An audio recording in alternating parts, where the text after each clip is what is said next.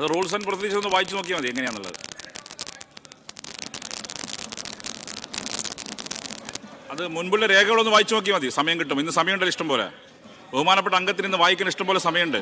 ലൈബ്രറിയുടെ തുറന്നു വെച്ചിട്ടുണ്ട്, അവിടെ പോയി നോക്കിയാൽ മതി. ലൈബ്രറി ഒന്ന് പോയി നോക്കിയാൽ മതി. Yes please please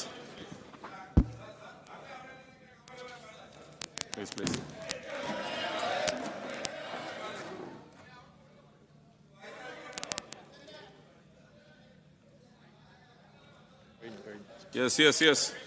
yes order.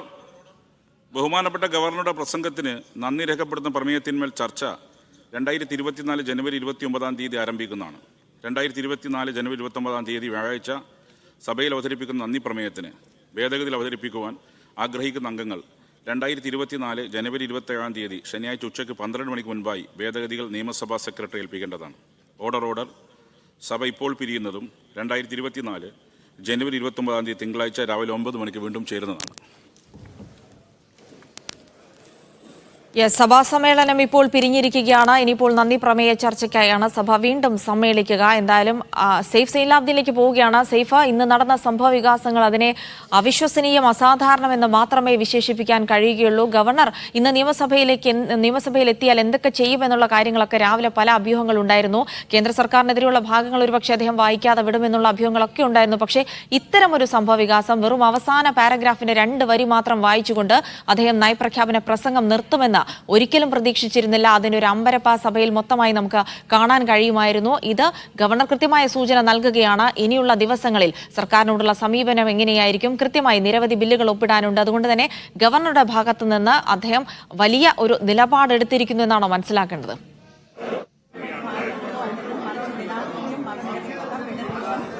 അതെ ജിൽസി, ഈ നയപ്രഖ്യാപന പ്രസംഗത്തിന്റെ പകർപ്പാണ് ഇത്. 63 പേജുള്ള നയപ്രഖ്യാപന പ്രസംഗത്തിന്റെ പകർപ്പ്.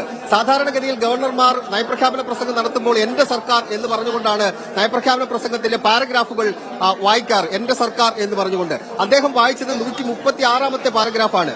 അതിന് മുൻപുള്ള 135-ാമത്തെ പാരഗ്രാഫുണ്ട്. ആ പാരഗ്രാഫ് തുടങ്ങുന്നത് എന്റെ സർക്കാർ വംശഹത്യ എന്ന കുറ്റകൃത്യത്തെ മറ്റും ആ വിഷയങ്ങൾ പറയുന്നതാണ്. എന്റെ സർക്കാർ എന്ന് പറഞ്ഞുകൊണ്ടാണ് തുടങ്ങുന്നത്. 136-ാമത്തെ പാരഗ്രാഫിൽ എന്റെ സർക്കാർ എന്നില്ല. അദ്ദേഹം അംഗങ്ങളെ അഭിസംബോധന ചെയ്തുകൊണ്ട് അവസാനത്തെ പാരഗ്രാഫ് വായിച്ച് അത് അവസാനിപ്പിക്കുകയാണ് ചെയ്തത്. അത് നമ്മൾ ആരും പ്രതീക്ഷിക്കുന്നില്ല. കേരളത്തിന്റെ നിയമസഭയുടെ ചരിത്രത്തിൽ അസാധാരണമായ നീക്കം തന്നെയായിരുന്നു. KR സാജു നമ്മോട് കൂടി ചേരുകയാണ്. സാജു, കേരളത്തിന്റെ നിയമസഭയുടെ ചരിത്രത്തിൽ അസാധാരണ ദിവസമാണ്. താൻ ഭരണഘടനാ ബാധ്യത നിറവേറ്റുന്നുവെന്ന് ഗവർണർ പറഞ്ഞു. ബാധ്യത നിറവേറ്റുമെന്ന് പറഞ്ഞു. ഇങ്ങനെയാണോ ഭരണഘടനാ ബാധ്യത നിറവേറ്റേണ്ടത്? വളരെ കൃത്യമായൊരു ചോദ്യമാണ്. 1 മിനിറ്റും 17 സെക്കൻഡും സമയം മാത്രമാണ് ഈ നിയമസഭയിൽ നയപ്രഖ്യാപന പ്രസംഗം ഏറ്റവും കുറവ് നടത്തിയ ഗവർണർ എന്ന റെക്കോർഡിട്ടുകൊണ്ടാണ് ആരിഫ് മുഹമ്മദ് ഖാൻ ഇറങ്ങിപ്പോയിരിക്കുന്നത്. അദ്ദേഹത്തിന്റെ പിണക്കം ഇപ്പോഴും മാറിയിട്ടില്ല. ഞാൻ പിണങ്ങിയാൽ പിണങ്ങി തന്നെ ഇരിക്കും എന്ന രീതിയിലാണ് അദ്ദേഹം സർക്കാരിനോട് പെരുമാറുന്നത് എന്ന് പറയേണ്ടിയിരിക്കുന്നു. കാരണം നമ്മൾ മന്ത്രിമാരുടെ സത്യപ്രതിജ്ഞാ ചടങ്ങിൽ കണ്ടതാണ് മുഖ്യമന്ത്രിക്ക് നേരെ മുഖം തിരിഞ്ഞു നിൽക്കുന്നത്. ഇന്ന് ഈ സഭാ ഹാളിലേക്ക് കടന്നു വരുന്ന സമയത്തും ആ മുഖം കൊടുക്കാതെ പോകുന്ന കാഴ്ച നമ്മൾ കണ്ടു. അകത്ത് കയറിയപ്പോഴും ആ പിണക്കം തന്നെയാണ് അദ്ദേഹം നയപ്രഖ്യാപന പ്രസംഗത്തിൽ തന്റെ ഭരണഘടനാപരമായ ബാധ്യത നിർവഹിക്കുക എന്നത് മാത്രം വെച്ചുകൊണ്ട് സർക്കാരുമായുള്ള തന്റെ അനിഷ്ടം തുടരുന്നു എന്ന് പരസ്യമായി ഒരിക്കൽ കൂടി പ്രഖ്യാപിക്കുകയാണ് ഈ ഗവർണർ ചെയ്തിരിക്കുന്നത്. അദ്ദേഹം പിണങ്ങി തന്നെ ഇരിക്കുന്നു. ഒരു അനുനയവും നടന്നിട്ടില്ല, അല്ലെങ്കിൽ അതിനൊന്നും അദ്ദേഹം വഴങ്ങാൻ ഉദ്ദേശിക്കുന്നില്ല.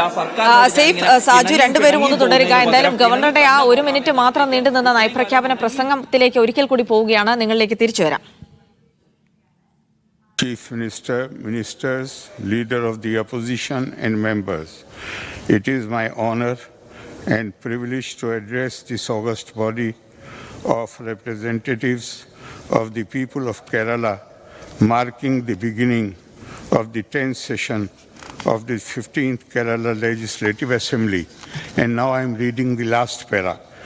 Let us remember that the great legacy lies not in buildings or monuments, but in the respect and regard we show to the priceless legacy of the Constitution of India and the timeless values of democracy, secularism, federalism, and social justice. The essence of cooperative federalism is what has kept our country united and strong all these years. It is our bounden duty to ensure that this essence is not diluted. Together, as part of this varied and beautiful nation, we will weave the tapestry of inclusive growth and responsible resilience, overcoming all the challenges that are thrown our way. Jai Hind.